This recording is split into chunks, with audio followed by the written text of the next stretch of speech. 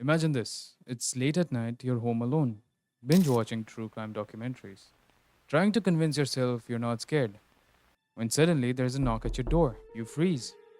I mean, who even knocks these days? It's 2024. But curiosity gets the better of you. You peek through the window and there are two kids, maybe 10 or 12 years old. They're wearing outdated clothes, standing way too still, and their faces? Well, that's the kicker. They've got eyes like the void, pure black, and they ask in the most creepiest monotone voice, "Can we come in?"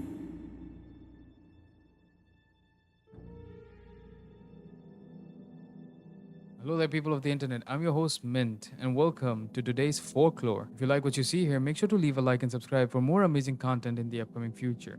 Now, without any further ado, let's dive into today's folklore. The Black-Eyed Kids, or BEKs for short, because abbreviating spooky things make it less terrifying, right? Have been a part of the urban folklore since the 1990s. The first documented case was by the journalist Brian Bethel in 1996. He shared his bone-chilling experience online and became the stuff of the internet legend.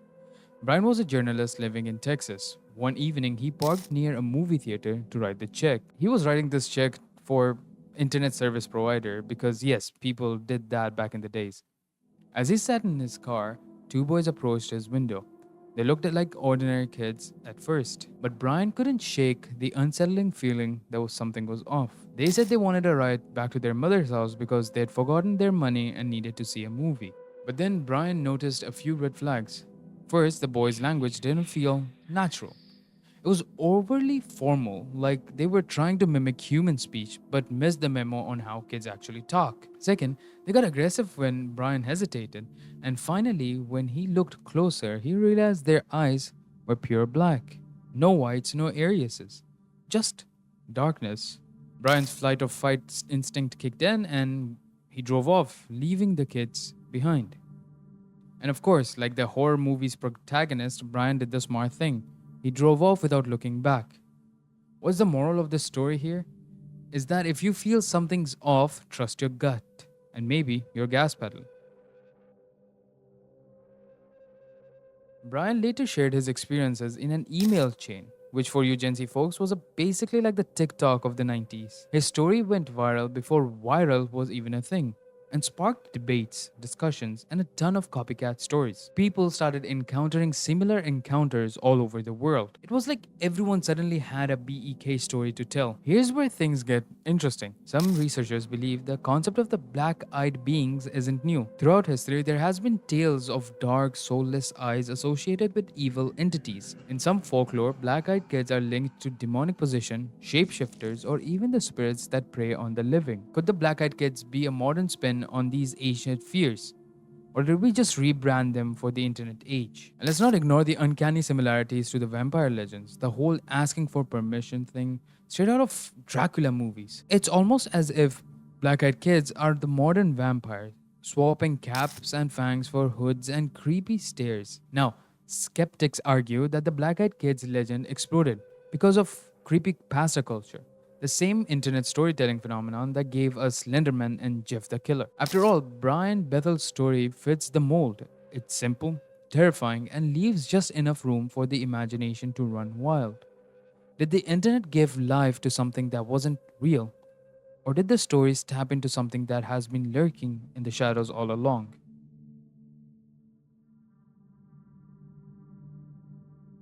Alright, so let's dive into what makes Black-Eyed Kids, well, Black-Eyed Kids. These aren't your typical kids selling cookies for a fundraiser type. In fact, if you see one, your first instinct might not be to grab your wallet but to grab a crucifix. Let's just break down the creepy checklist that defines Black-Eyed Kids. Let's start with the obvious, their eyes.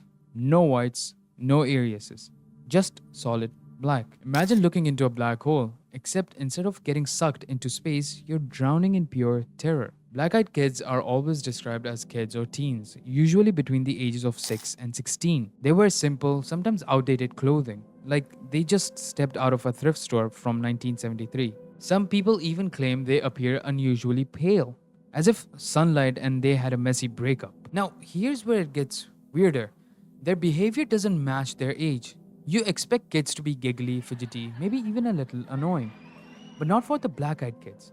They're unnervingly calm, almost robotic in their speech and movements. They don't stumble over words or act nervous, even when someone is clearly terrified of them. Here's their signature move: they always ask for permission. They'll say things like, "Can we come in?" or "Can we use the phone?" The kicker: they won't enter unless you say yes. Why they need your permission is one of the biggest mysteries. Is it a supernatural rule or are they just polite demons? Either way, pro tip, just say no. Every Black Eyed Kids stories mentions an overwhelming sense of dread. People say they feel cold, anxious, or even physically sick when these kids are near. It's like their presence is a glitch in reality. Black Eyed Kids are night owls. All encounters seem to happen after sundown, usually when people are at their most vulnerable, alone, tired, and probably watching something they shouldn't be on Netflix. Another weird trait: these kids don't stick around for long. If you refuse them or look away for even a moment, they vanish without a trace. It's like they have an invisibility cloak or a really fast getaway driver. Either way, they're gone before you can even whip out your phone for evidence. Many people report strange electrical issues during Black Eyed Kids encounters. Lights flicker, phone loses signal, and cars mysteriously won't start. Coincidence? Maybe. Creepy though? Definitely. Here's the truly terrifying part: they don't give up easily. If you ignore them, they'll keep knocking, sometimes for minutes, sometimes longer. Their monotone voices become instant, repeating request over and over. So, let's recap, right? Black eyes, monotone voices, weird vibes, and persistence that makes them the ultimate nightmare salespeople. Whether they're supernatural entities or just the product of overreactive imaginations, one thing's for sure: they know how to leave an impression. So, next time you hear a knock at your door after dark, just remember, it's okay to pretend you're not home. This story comes from a Reddit user who had a run in with a black eyed kid at a gas station one late night. Now, Jack was sitting in his car after filling up when two kids suddenly appeared by his driver's side window. He didn't see or hear them approach, they were just there. Jack described them as looking like normal kids, except they were wearing clothes that seemed outdated, like something's from the 90s. The kids asked Jack if they could get a ride home, but the tone on their voices completely flat, emotionless, and off. As Jack hesitated, he got that classic BEK encounter feeling, an overwhelming sense of dread. That's when he noticed their eyes were completely black. His instincts kicked in and he floored it out of there, leaving the kids standing there in the gas station alone.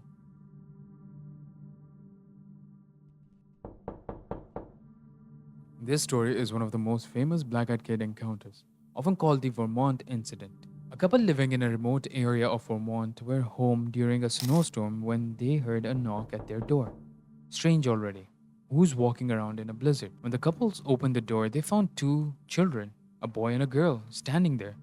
The kids said they needed to come in because their parents would be there soon. But something about the way they spoke made the couples uneasy. The man later said it felt like the kids were trying to force their way in, not with strength, but their words. Against their better judgment, the couple let the kids inside. Big mistake. The wife noticed that the cats were acting aggressively, hissing and arching their backs at the children. Then the power of the house went out. When the husband grabbed the flashlight, that's when he saw their eyes.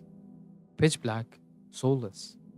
As soon as he realized what was happening, the kid said, "Our parents are here," and walked out of the front door. Outside, the couple saw two tall, shadowy figures waiting for their children. Moments later, all four of them disappeared into the storm. Alright, so it feels like I've scared you guys enough. So let's take a quick detour into something a bit more psychological. Why do black eyed kids freak us out so much? Is it just the idea of creepy kids with no pupils, or is it something deeper going on in our brains? Fear is the most primal emotion, and there is a lot of psychological factors that make the black eyed kids so terrifying. Let's unpack it. One of the core reasons why black eyed kids and most horror legends mess with us is the fear of the unknown. Our brains are hardwired to be afraid of things we don't understand. The moment we encounter something outside our normal experiences, like the pair of kids with pitch black eyes, we are immediately thrown off balance. Our mind starts racing.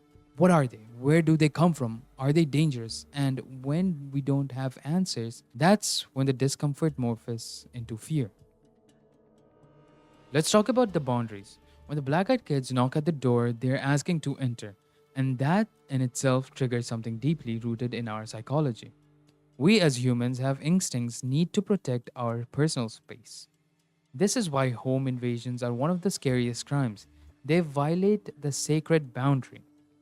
Black eyed kids ask for permissions, but they aren't just seeking shelter, they're seeking access to you. The idea of someone or something violating your safe space without your consent is absolutely terrifying.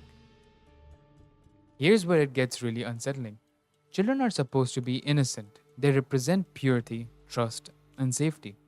When we see a child, especially alone, we're naturally inclined to protect them. But black eyed kids take that innocence and twist it into something sinister.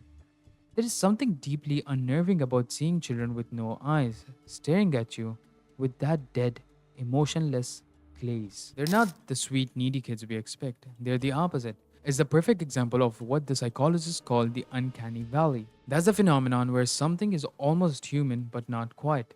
And when that almost becomes too disturbing, it taps into an automatic fear response. It's like when you see a doll that's too lifelike but doesn't quite make it, or when you're staring at a person but can't quite read their face. You know, something's off, but you can't figure out what it is. And that right there is where fear lurks. Finally, the supernatural element. Black eyed kids aren't just creepy kids, they're otherworldly creatures. They might be aliens, demons, or something even worse. And the very idea of something from beyond our world, something we can't understand, is enough to break us into a cold sweat. It taps into the primal survival instinct that there are things out there that we can't control or predict, and because we don't know how to fight or avoid them, that fear takes a root in our gut.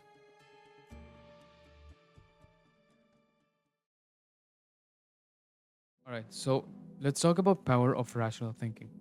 You see, most of the things we fear aren't scary once we break them down. With the black eyed kids, for example, these stories are built on fear of the unknown. But once you start looking at them through a logical lens, you realize they might just be creepy campfire stories. Or at least stories that don't want to be true or to be frightened. It's the stories that tap into the universal fear that resonate most. But at the end of the day, we know we control our reactions. Fear doesn't have to rule us. So, if you ever hear a knock at the door late at night or feel that chill run down your spine, just take a moment to breathe. Until then, I've been your host, Mint. Once again, if you enjoyed today's video, make sure to leave a like and subscribe for more content in the upcoming future. Make sure you follow me on my socials, the links will be down in the description. Till then, take care, stay safe, and I'll see you guys in the next one. Bye bye.